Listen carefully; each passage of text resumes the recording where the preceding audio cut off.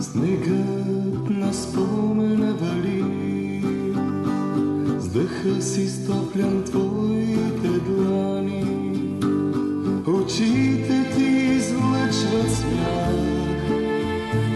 красят на утрото покоя.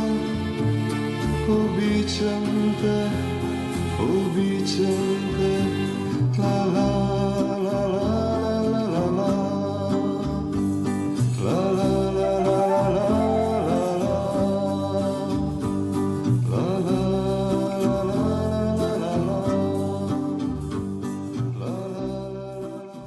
Жорж Дережибюс, учител по физкултура във Варненската мъжка гимназия Фердинанд I, пръв донася топката по нашите земи.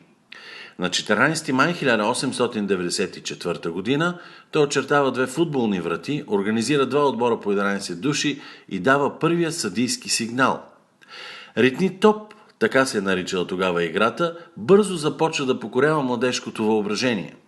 На следващата година футболът е представен в София от Шарл Шампо, друг швейцарски физкултурник, познат като единственият представител на България на първите модерни олимпийски игри в Атина през 1896 година. Първото футболно сдружение в България се учредява през 1909 година в София. Носи името Савата в чест на Сава Киров, български дипломат. По същото време във Варна се учредява сдружението Спортист. В началото футболните клубове се основават от ученици и студенти, завърнали се от чужбина. Савата е дело на гимназисти от Цариград, а Славия на студенти от Прага. Най-старите отбори, които съществуват и днес, са Ботев 1912 г., Славия 1913 г. и Левски 1914 г. Първият официален футболен матч се провежда през 1910 г. Противници са варненските отбори Спортист и Атлас. Постепенно ритни топът добива все по-голяма популярност и възниква нуждата от регулативен орган, който да организира футболните мероприятия в страната. На 16 декември 1923 г. във военния клуб в София се събира спортният елит на България и учредява Българска национална спортна федерация.